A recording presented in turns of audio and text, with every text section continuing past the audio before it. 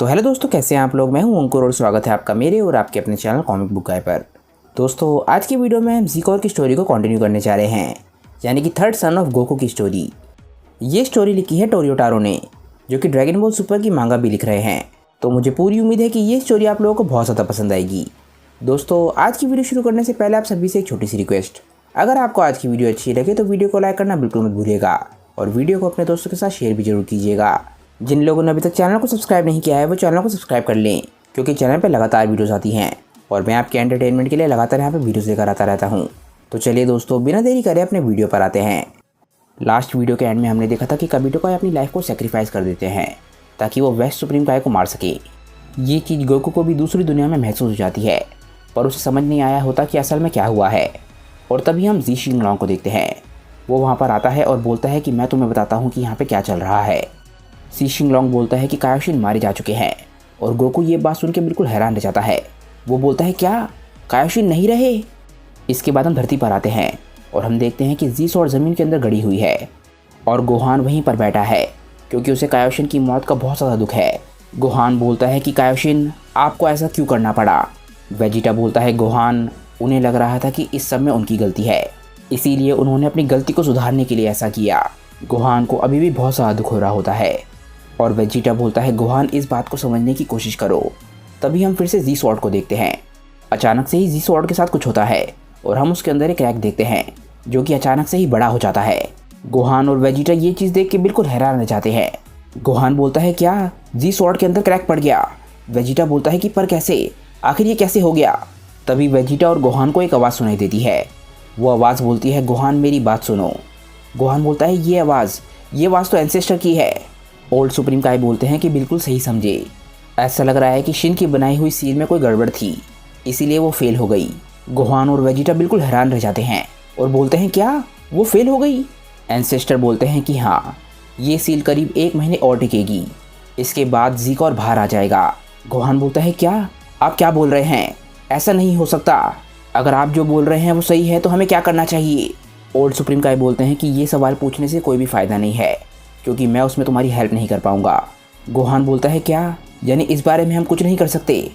Vegeta बोलता है, ancestor, अगर मैं सही हूँ तो आप ये बोलने की कोशिश कर रहे हैं कि हमें 1 महीने में उसे सरपास करना है। गोहान बोलता है, नहीं, ये पॉसिबल नहीं है। हम चाहे जितना मर्जी ट्रेन कर लें, पर हम 1 महीने में उसे पीछे नहीं छोड़ सकते। एंसेस्टर बोलते हैं कि मुझे ऐसा लग रहा है कि ज़ीकोर के अंदर इतनी ज़्यादा ताकत थी कि एक कायोशिन उसे सील नहीं कर पाया, और सच बताऊं तो उसने कोई ज़्यादा अच्छा काम भी नहीं किया था। इसके बाद हम एकदम से काबुटो काई को देखते हैं। हम देखते हैं कि काबुटो काई मारे जा चुके हैं, क्योंकि उनके सर पर एक हेलो है, पर वो अभी भी बिल्कुल सही सलामत हैं। टेपियोन और बाकी सभी लोग उसे देख के बिल्कुल हैरान रह जाते हैं और एंसेस्टर बहुत ज़्यादा चिल्लाते हैं।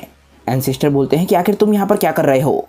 काबुटो काई बोलते हैं कि मेरे पास कहीं और जाने की जगह ही नहीं है, इसीलिए मैं यहाँ पर आ गया। एंसेस्टर बोलते हैं कि वहाँ पर तो तुम काफ़ी हीरो बन रहे थे, ऐसा लग रहा था कि तुमने खुद को सेक्रीफाइस कर दिया। धरती पर हम देखते हैं कि मिस्टर पोपो आके डंडे को अपने साथ ले जाते हैं ताकि डंडे आराम कर सके, और हम देखते हैं कि गोहान और वेजिटा गोटेन और ट्रंक्स को उठाते हैं। इसके बाद वेजिटा गोहान से पूछता है कि मुझे एक बात बताओ कि आखिर वो कौन था? मुझे लगा था कि तुम कैकरोट के दोनों इकलौते बेटे हो। गोहान बोलता है कि सच बताऊँ तो मुझे भी इस बारे में कुछ नहीं पता, पर हाँ, डैड ने मुझे एक बार ये कहानी सुनाई थी। इसके बाद हम समय में थोड़ा सा पीछे आते हैं और हम उस समय को देखते हैं जब गोकू यार्डराइट से वापस आया था। हम देखते हैं कि गोकू और गोहान साथ नहा रहे होते हैं और गोकू बोलता है कि हमें साथ नहाए हुए काफ़ी लंबा समय हो गया है। गोहान गोकू से पूछता है कि डैड, आप 1 साल तक यार्डराइट पर ही थे ना? गोकू बोलता है, नहीं, धरती पर आने से पहले मैं एक और प्लेनेट पर गया था और वहाँ पर मुझे एक प्रिंसेस मिली थी जिसका नाम ईला था। उसने मुझे उतना खाना खिलाया जितना मैं खा सकता था और वो खाना बहुत ज़्यादा स्वादिष्ट था। उसके बाद मैं बहुत लंबे समय तक सोया। हम देखते हैं कि प्रिंसेस ईला कोई और नहीं, वेस्ट सुप्रीम काई हैं, और जब गोकू सो रहा था तब उन्होंने गोकू का खून चुरा लिया ताकि वो गोकू के खून का इस्तेमाल करके ज़ीकोर को जन्म दे सकें। गोकू बोलता है कि जब मैं वापस उठा तब मैंने देखा कि खाना और प्रिंसेस लीला दोनों गायब हो चुकी हैं, और इस सब में एक गड़बड़ और हो गई। मैं काफ़ी लंबे समय तक सोया था, इसीलिए धरती पर वापस आने में मुझे काफ़ी देरी हो गई, इसी वजह से मैं फ्रीज़र से नहीं लड़ पाया। गोहान बोलता है, डैड, आपको इस बारे में हंसना नहीं चाहिए। अगर वो आदमी फ्यूचर से ना आया होता तो हमारी सिचुएशन बहुत ज़्यादा ख़राब हो सकती थी। गोकू बोलता है कि हाँ, तुम सही बोल रहे हो, मुझे इस बारे में हंसना नहीं चाहिए। इसके बाद हम करंट टाइम में वापस आ जाते हैं। वेजिटा बोलता है कि यानी कैकरोट का जेनेटिक मटेरियल उस समय चोरी हो गया था गोहान बोलता है कि हाँ, मुझे भी ऐसा ही लगता है।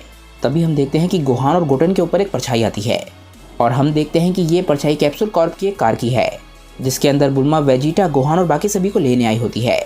इसके बाद हम उस दुनिया में वापस आ जाते हैं जहाँ पर गोकू है, और इस दुनिया के बारे में गोकू और हमें ज़्यादा कुछ नहीं पता है। गोकू सी शिंगलोंग से बोलता है कि मुझे बताओ कि धरती पर आकर क्या चल रहा है। सी शिंगलोंग बोलता है कि ज़्यादा मत बोलो और मेरे साथ आओ। गोकू और पाइकॉन थोड़े से हैरान होते हैं, पर वो सी शिंगलोंग की बात सुनते हैं और उसके पीछे चले जाते हैं। सी शिंगलोंग के साथ चलते चलते वो एक कैसल तक पहुँचते हैं और वो इस कैसल के अंदर चले जाते हैं। धरती पर कुछ देर बाद हम देखते हैं कि गोटेन और ट्रंक्स आराम से शिप के अंदर लेटे हुए हैं और गोहान और वेजिटा भी शिप के अंदर बैठे हुए हैं। अचानक से ही ट्रंक्स की आंखें खुलती हैं और वो चौंक के खड़ा हो जाता है और वो देखता है कि ब्रा यानी कि उसकी बहन उसके पास है। वो बोलती है कि भाई तुम ठीक हो। ट्रंक्स को अचानक से ही बहुत दर्द होता है और ब्रा पूछती है कि क्या तुम ठीक हो। वेजिटा बोलता है कि कितने शर्म की बात है, ऐसा ही होता है जब तुम अपनी ट्रेनिंग को सही तरीके से नहीं करते हो। ट्रंक्स थोड़ा सा शर्माता है क्योंकि वो जानता है कि वेजिटा जो बोल रहा है वो बिल्कुल सही है। सभी लोग देख के खुश होते हैं कि ट्रंक्स बिल्कुल सही सलामत है। तभी ट्रंक्स नोटिस करता है कि गोटेन अभी भी सो रहा है। विडेल ट्रंक्स से बोलते हैं कि चिंता मत करो, ऐसा लग रहा है कि ये बस बेहोश है। तभी एकदम से बुल्मा बोलती है कि पहले की बात को फिर से शुरू करते हैं, वो मॉन्स्टर 1 महीने में फिर से बाहर आने वाला है। वेजिटा बोलता है कि हाँ, बिल्कुल सही कहा। पैन बोलती है क्या? बुल्मा बोलती है कि काश सन गोकू यहाँ पर होता, वो कुछ ना कुछ सोच लेता। पैन बोलती है कि ग्रैंडपा को फिर से जिंदा नहीं किया जा सकता ना। वेजिटा बोलता है कि बिल्कुल सही कहा, ये इम्पॉसिबल है। कैकरॉट मरा नहीं है, उसने खुद इस दुनिया को छोड़ा है। गोहान बोलता है कि वैसे भी उससे ज़्यादा फर्क नहीं पड़ता, ज़ीकोर बहुत ज़्यादा ताकतवर है। डैड ने जब धरती को छोड़ा था ज़ीकोर उससे भी ज़्यादा ताकतवर है, तो डैड अगर यहाँ पर होते भी तो शायद उससे ज़्यादा फर्क नहीं पड़ता, शायद वो उसे ना हरा पाते। सभी लोग जानते हैं कि ये बात सच है, इसीलिए सब लोग चुप हो जाते हैं। तभी एकदम से ट्रंक्स बोलता है कि पता नहीं मुझे ऐसा क्यों महसूस होता है, पर मुझे ऐसा लगता है कि गोकू अगर यहाँ पर होता तो वो कुछ ना कुछ मैनेज कर लेता। ब्रा और पैन ये बात सुन के काफ़ी ज़्यादा हैरान होते हैं और वेजिटा को इस बात पे बहुत ज़्यादा गुस्सा आता है। वेजिटा एकदम से चिल्लाता है कि आखिर तुम इस बात को छोड़ क्यों नहीं देते हो, आखिर तुम लोग कब तक कैकरॉट पे रिलाई करते रहोगे। पैन और ट्रंक्स ये बात सुन के बिल्कुल हैरान रह जाते हैं। वेजिटा बोलता है कि ये बात सोचो और इसे समझने की कोशिश करो, आखिर तुम्हें क्यों लगता है कि कैकरॉट ने धरती को क्यों छोड़ा था।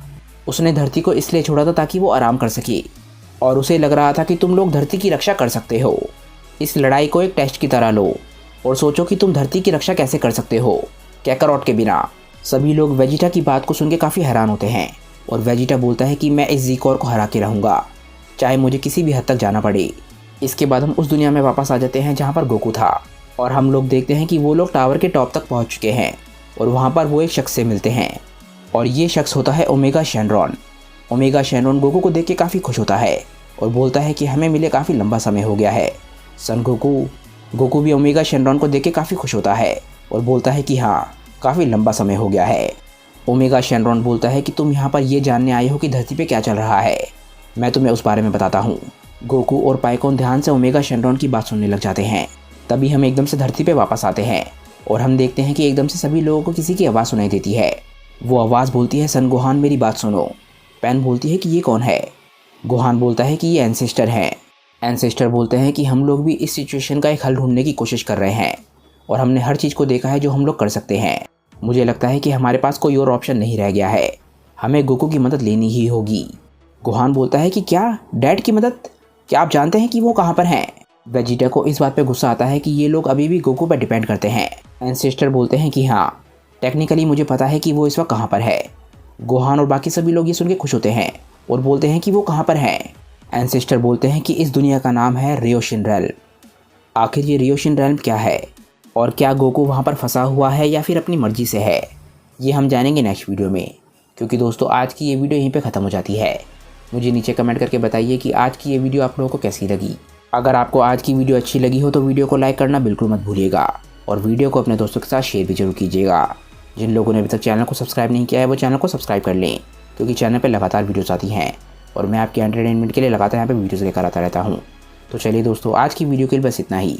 मैं मिलता हूँ आप लोगों को अपनी नेक्स्ट वीडियो के साथ। तब तक के लिए बाय दोस्तों और थैंक्स फॉर वॉचिंग।